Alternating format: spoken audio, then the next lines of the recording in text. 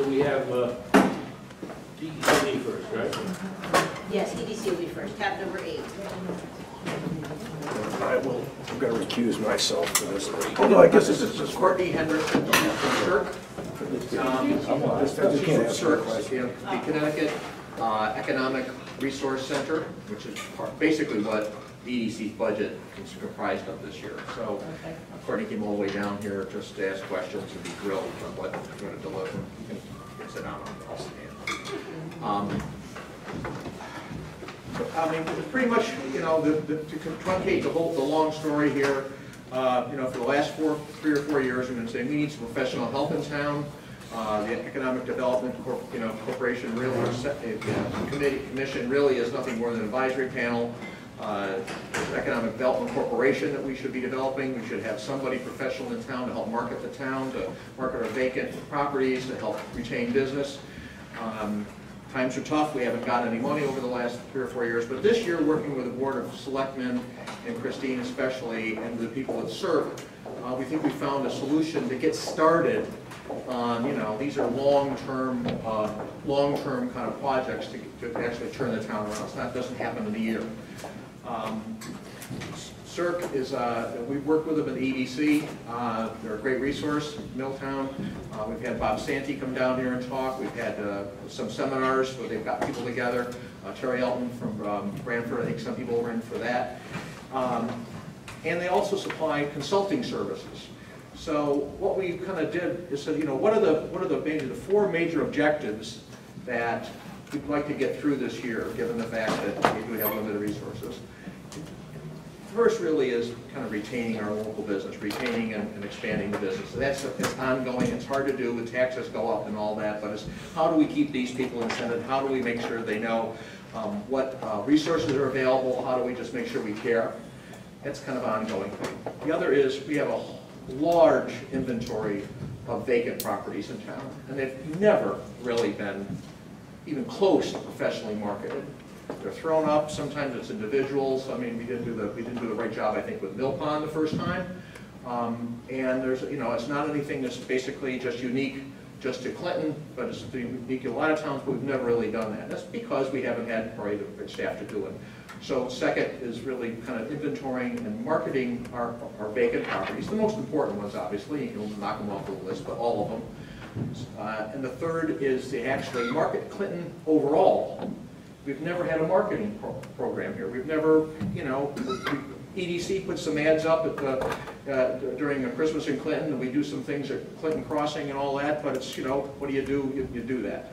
And the fourth, which is probably not the biggest as far as like resource, it's actually starting to develop this Economic Development Corporation, or some kind of vehicle or facility by which we can actually have a professional way of helping to facilitate the development in Clinton. I mean, this is the way smart people do things. It's not easy to do.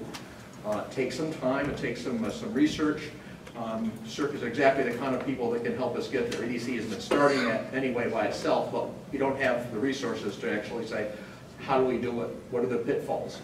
So put together, sat down with Courtney and her people a couple times with Christine. Came back with a couple proposals. Finally went up with this one. This is smaller than the original one, obviously, by a bit, but it's like $63,000, $61,000. And it does address those 4 elements over the next fiscal year, starting in July 1. The way it would kind of work is that we would actually have somebody here, either it would be Courtney or some other people we've met, actually. It's 10 hours a week. That's kind of what it is. They have a blended rate. You know, they have Bob Santee, who's the head. He'd be down here for some things too. And we would actually start developing the inventory, catalog. I don't know if you have a budget. You know, cataloging our inventory, marketing what the properties we've got here. Actually developing kind of a marketing plan and what kind of identifying the resources we've got. Maybe getting more networked into the state, which is something CERC can do. I mean, with great facility because they're already there. It's got a benefit on not hiring somebody because you can hit the ground running. Hiring the right person is the ultimate problem in any of these things. You're getting the right economic development pro. These people are already there. And kind of an aside, we've pooled our money, what's left of the EDC's money with some other monies, and we're actually going to get CERT to start working with us in February on a smaller kind of engagement, but actually to start talking to the people in town and maybe lay some pipe so that when July 1st comes, if we still have the money in the budget, we can hit the ground running. We don't have to start all over. We can actually do some stuff in this Economic Development Corporation. So when they come in, it's not day one. It's okay, now that we've had 3 or 4 months of kind of low-grade action, we can move forward. The budget is there. I mean, I don't know, do you have the proposal itself? Do you have the proposal from them? Full proposal? The full proposal? No. I'm sorry. I thought you... There's a summary. Summary of the budget request. I mean, that's... It's all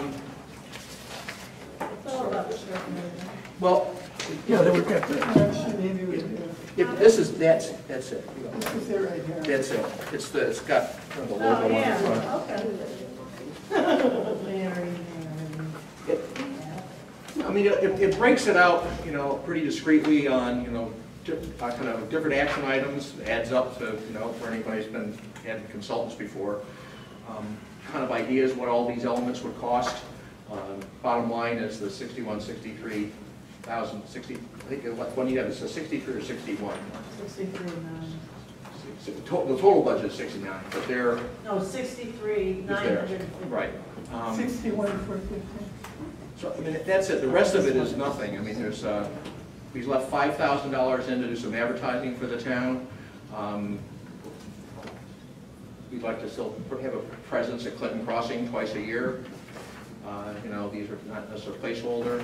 $1,000 is dues and fees, and that's pretty much it. So the crux of it is really how would we work with CERC, the questions you've had about that, and that's why Courtney came all the way down, because she's actually be the manager of this engagement. John, with using CERC, which I think it's a great idea, because you guys have been pedaling backward, because if you've not been able to do much of anything, even though you've tried. Would a town planner or a town manager make a difference if that ever came up? Look, I'm for the town manager just as a person. I mean, we were as the EDC the last time. We were the town manager, and again, the right town manager and the right town planner, and I think the town planner is much more closer to maybe first before we get a town manager. In the best of all possible worlds, the town planner would be the person that CERC would actually be working with the most. I mean, they would be the person who would be, for one thing, they'd come with a skill set to know what to do with the information, not some ad guy. And they would also supposedly would have some of their own connections. And they would have some experience. So, I mean, that's the way it should work. Again, It's not double duty. It's not like we have a planner and CERC and they both do the same things. They would work together, but not doing the Correct, same. it's complementary. I've always worked as an economic developer in Connecticut. I've worked in Farmington and Enfield, and both places we actually had a planner as well. And we would work together so that the economic developer was doing much more outreach to businesses and bringing businesses in, whereas the planner's really getting into the nuts and bolts of the land use regulatory process and walking any applicants through that. And also, you know, from any consulting engagement, there has to, one of the ultimate deliverables from the consultant, in my opinion, is how do you ongoing manage this when we're gone? I mean, the consultant should be there forever. I mean, hopefully what you do is you get a consultant come in and say, this is what you ought to do. They kind of hold your hand to get it started, and they tell you this is what you need to go on, and then they walk away, so you're not constantly paying them. You know, it just would help us, I think, that the whole curve of getting started would be better.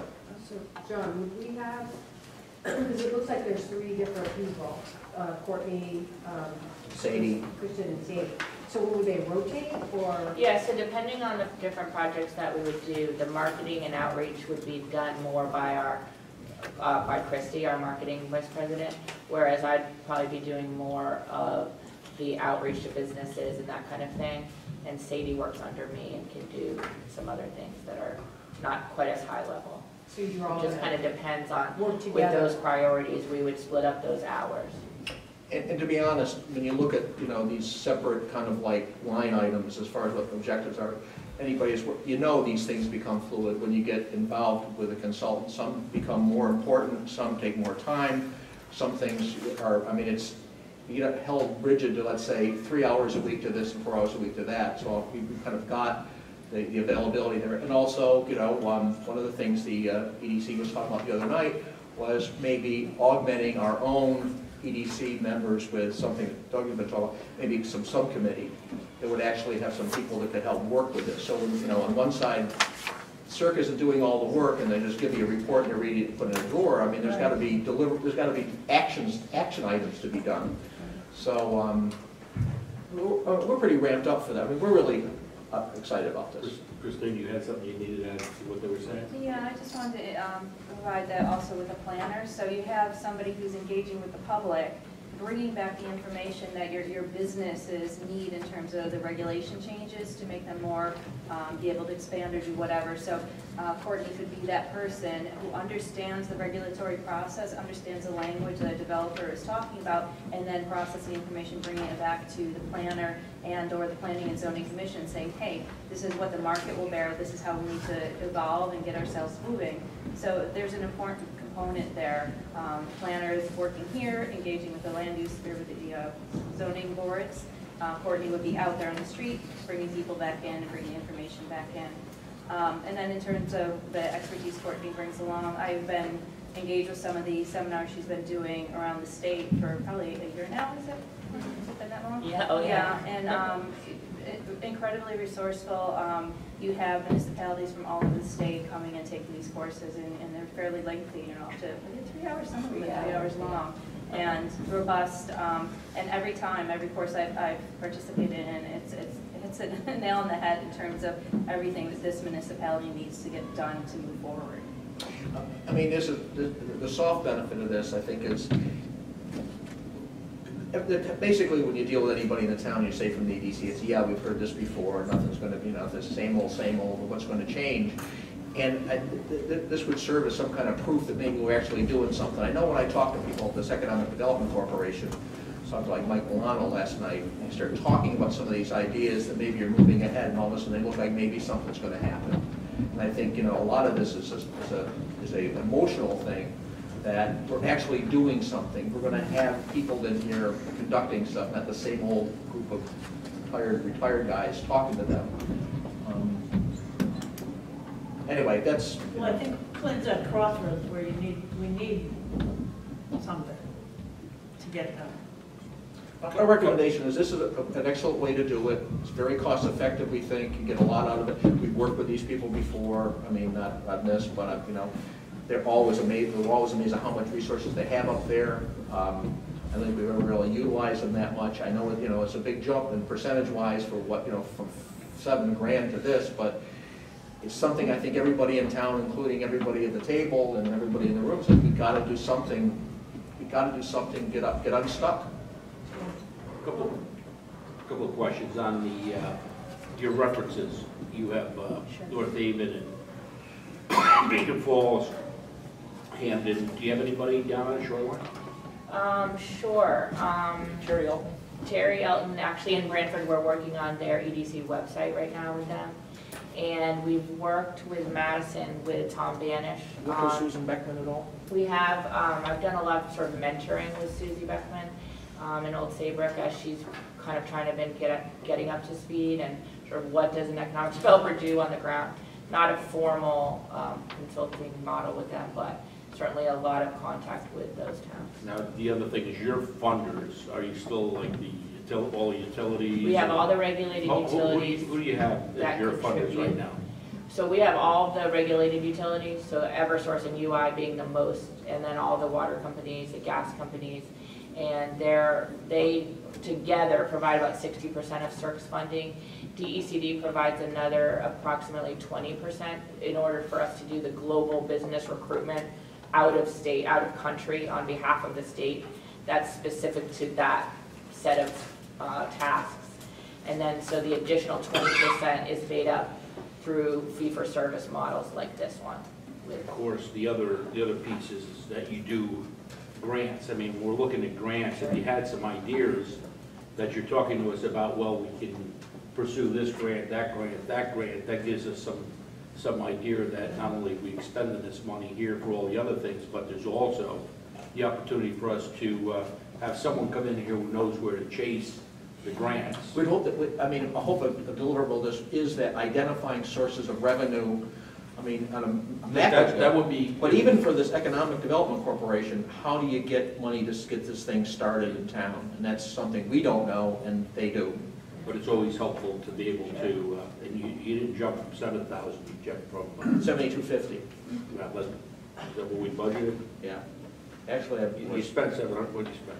How much? You didn't spend much money. no, and the rest of it has been gone now because Actually, as of December, you had $750, so it's a, you know, it's a sizable increase, and, you know, we're hoping to see those returns, but, It's opportunity cost, you know, I don't know. I remember when he went to work for DECD. So. That's a while back.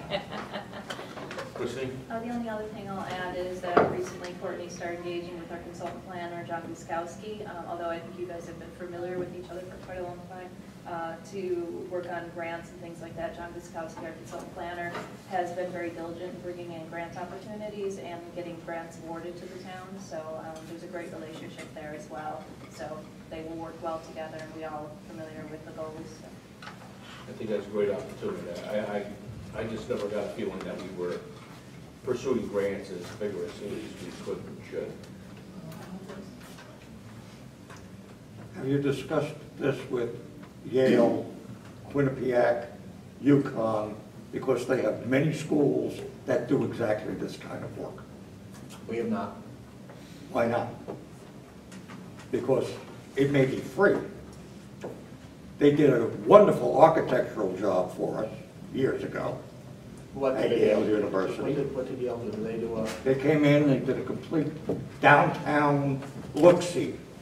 The only thing With we're dealing 120 we're dealing page right now is we're document. dealing with UConn and the first impressions effort that they've got, and it's a joint thing between the Department of Innovation, is that this Innovations or whatever it is, the State Innovations Group, Connecticut Innovations, and UConn, and we've been, you know, to be honest, we've been all kind of misconnecting with them all the time. I mean, to be blunt, they seem more academic than they seem kinetic, and I want kinetic. Well, maybe that's impression.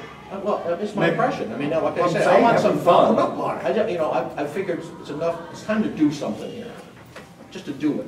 And, you know, you do something because we've been sitting around kicking tires and consulting each other, but it's time to get started, and we better get started this year.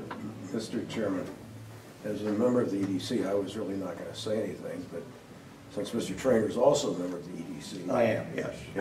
It would seem to me that the question he just asked, which I think is a valid one, would be a good one to ask at an EDC meeting rather than here. But I'm gonna, other than that, I'll try not to say anything more because I'm a member of this Well, commission. my problem with this is the following. Last year, we had a 10% increase in taxes to the taxpayer. This year, we're looking at between 8 and 9%. These numbers are going to, not going to help us when we go to referendum. I mean, the taxpayer is pretty close to being there. And this and town planner and a number of other things I see in this budget are problematic for me. Maybe not for anybody else. I mean, you know, maybe you all have two family incomes as far as I know. But when I see a jump from 7,000 to 63,000, and we haven't addressed other issues, we haven't looked in other places where we might not have to spend 63, we might spend 23. I mean, that's what I want to know. Christine? I have looked into the models at some of the universities and what they offer, and they have moved to a fee-based system as well. What you don't get from the universities is the professionalism. You're getting people who are in an academic position, like John has pointed out. They don't also have the connections at the state level, so they can't move fluidly from a municipality to the state level to bring the information back. They also don't know how to engage with developers. So I did look at that. Yes, there is opportunity. But Christine, we're years from that. Oh, not at It's all. not going to happen within the next 6 months. It's going to happen within the next 5 years. And this, I'm just saying, this may be the worst year I can think of to start. In all honesty, this is the time to do it now. We're at a point where we're stagnant. If we do not invest, if we do not make this commitment, we will not move forward. Because next year we'll be having the same discussion, the same difficulties with the budgets, and the year after and the year after. If we do not move forward, we're going to continue to go down. And this is our way to kickstart the economy in Clinton. You've got a number of professionals bringing them in and moving forward. Part of my hopes too is that I mentioned grants. You know, I sit on the CI, so we've offered a lot of different opportunities for municipalities in different ways, and I don't think we've ever known about anything down here in Clinton. Obviously, if you're working with CERC, you know, you guys want to perform, so you know what's going on up there, and you're going to probably, maybe we won't win, but at least what we're going to do is know that we have an opportunity to go in there and participate and to try to win. And a lot of these grants, I mean, if you're not even showing up, you have a better shot if you've competed for a grant and lose and then come back the next time and compete, because what they're looking at is the people that are making these selections are seeing people that are aggressively seeking and pursuing grants, and that's, I think you get points for that, and I think we'll be helpful there. The only thing in defensive, I guess, you know, the DECD, I mean, what do you, EDC. There, you came in with kind of this proposal last year, I mean, 2 years before. Coming with a professional. Yeah, you were talking about similar numbers. It's not a new kind of approach to us, but I hear what you're saying about, you know, we talked about everybody else that's come before us. I mean, you know, you're looking at numbers, and you know, everybody tells you they want everything, but then they want you to go cut somewhere else. I mean, so. Well, just in perspective too, I mean, we're talking about less than 1% of the town's budget to invest in building it. $60,000 on a 60 million, 61 on 53 million, whatever it is. I mean, you got 99% of the budget is not included with anything to do with the sell the town. I mean, you know, I hear the numbers, but you know, I was in here too when the cops want 2 new guys with badges on for 90 grand a piece or 150 grand a piece. That's a cost. This is an investment.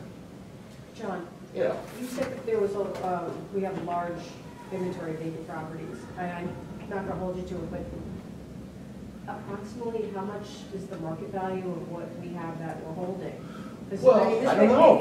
I I don't know. We haven't done an inventory. We haven't done a professional inventory. You know, we own the mill pond.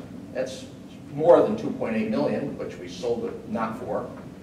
You know, it's more like 4 or 5 million. We sit there.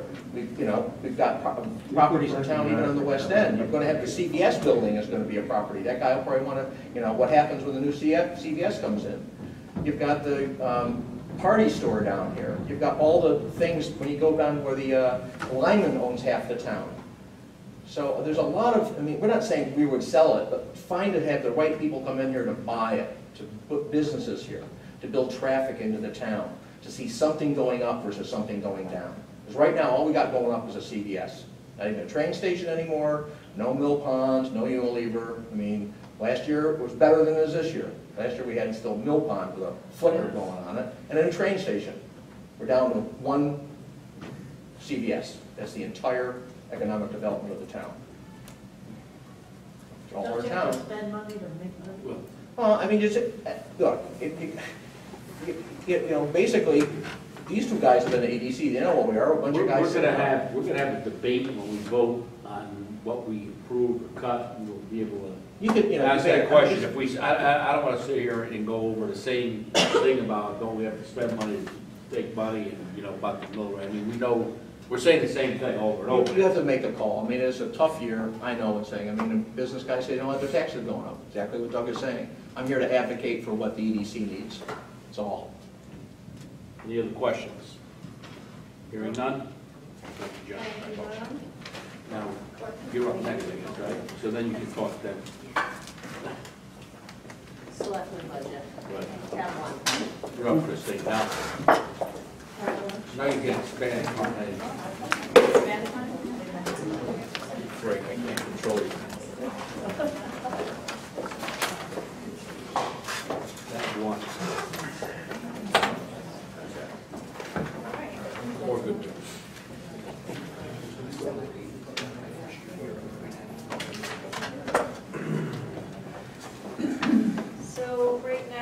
you're looking at.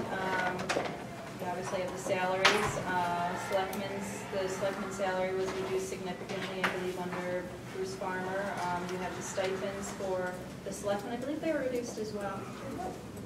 I thought it was 5, sorry. Administrative assistant and receptionist. Throughout the entire budget, we did not put any salary increases for anybody, so if you go through, unless some of them are union step increases, so you will see that information in there, usually with an asterisk, but right now, through the budget, there are no increases right now. I don't know if he reduced this, he didn't reduce any of the salaries, did he?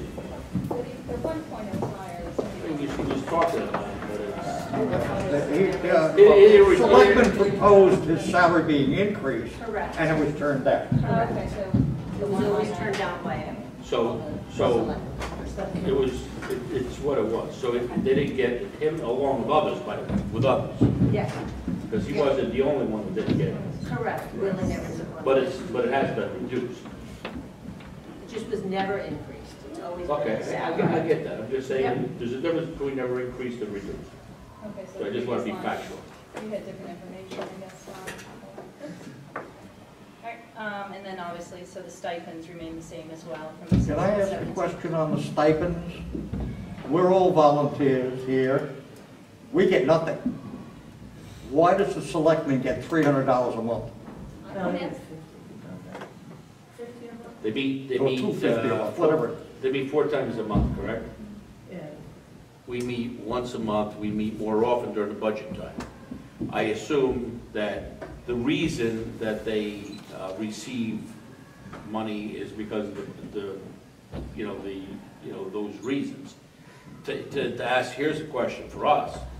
What if we wanted a stipend? That's a good question. Okay, I think the Board of Selectmen would have to act on that. We put it in the charter, since we're doing charter No, reform. stipends don't have to be in a charter.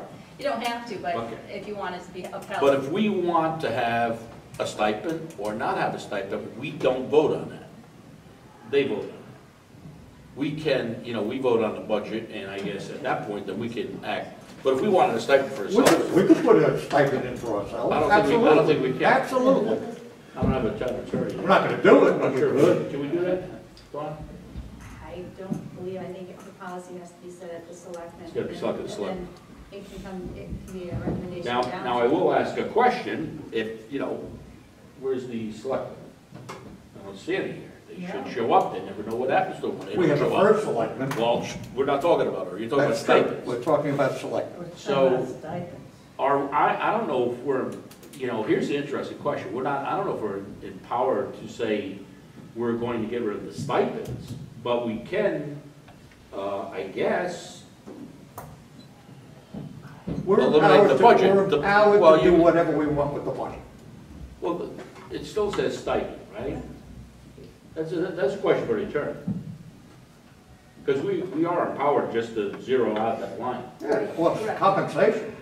But, I don't care what you call it. but the action of the board I give it to Mary. has said that it's still, so I would suggest that we, I don't know when we're gonna see the board again, but, I think this is it, right? no, well, you could relay the other people that are involved. There's 4 other I don't people. think they come in as a group. No, they don't. But, I have one of them working in my office, I can go get it if you want. She's still at work. She's still at work for another 2 minutes. well, we don't We wanna let you go lose care. the productivity. That's what we're paying for, right? No, That's you're what they're right. setting Is she- aside. I'm not sure, is she on a stipend time or the salary time? I'm not sure. No, she's on, That's a whole other, that's another kettle of fish. She's on both of them.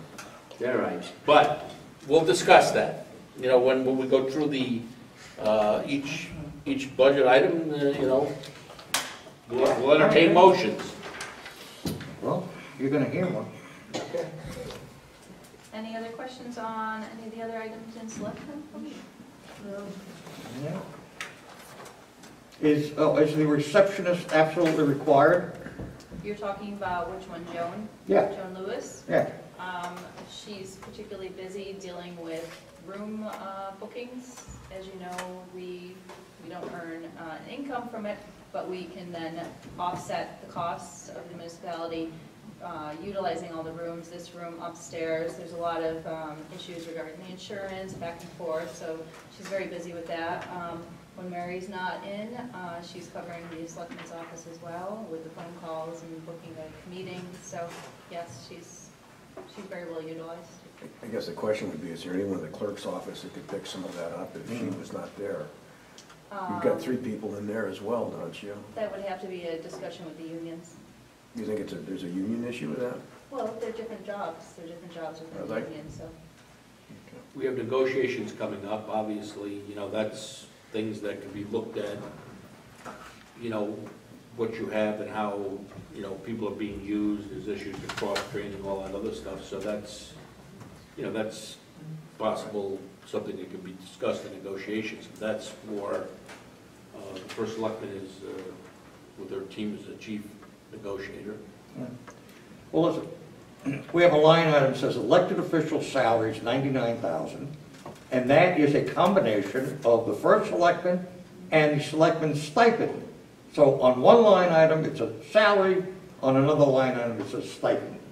I think that if you look within the system, way SunGuard works, you know, there's only certain criteria, and then working with the state, the way that they expect all the information to get uploaded to them so that they can see what municipalities are spending their money on. It's just the way the line items break out. It's the way we have to reconcile. Am I saying it appropriately, Don? Pretty much.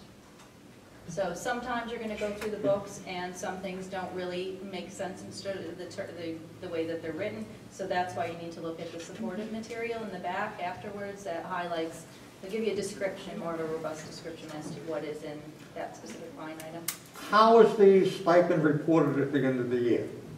As a 1099? Correct. Not a salary item?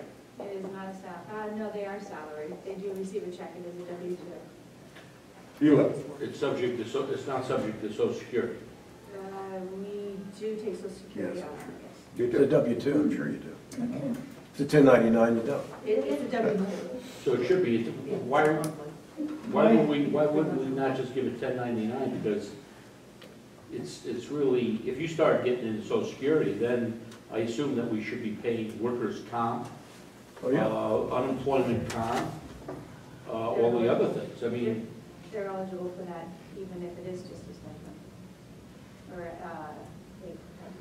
they're part-time, they're an elected official.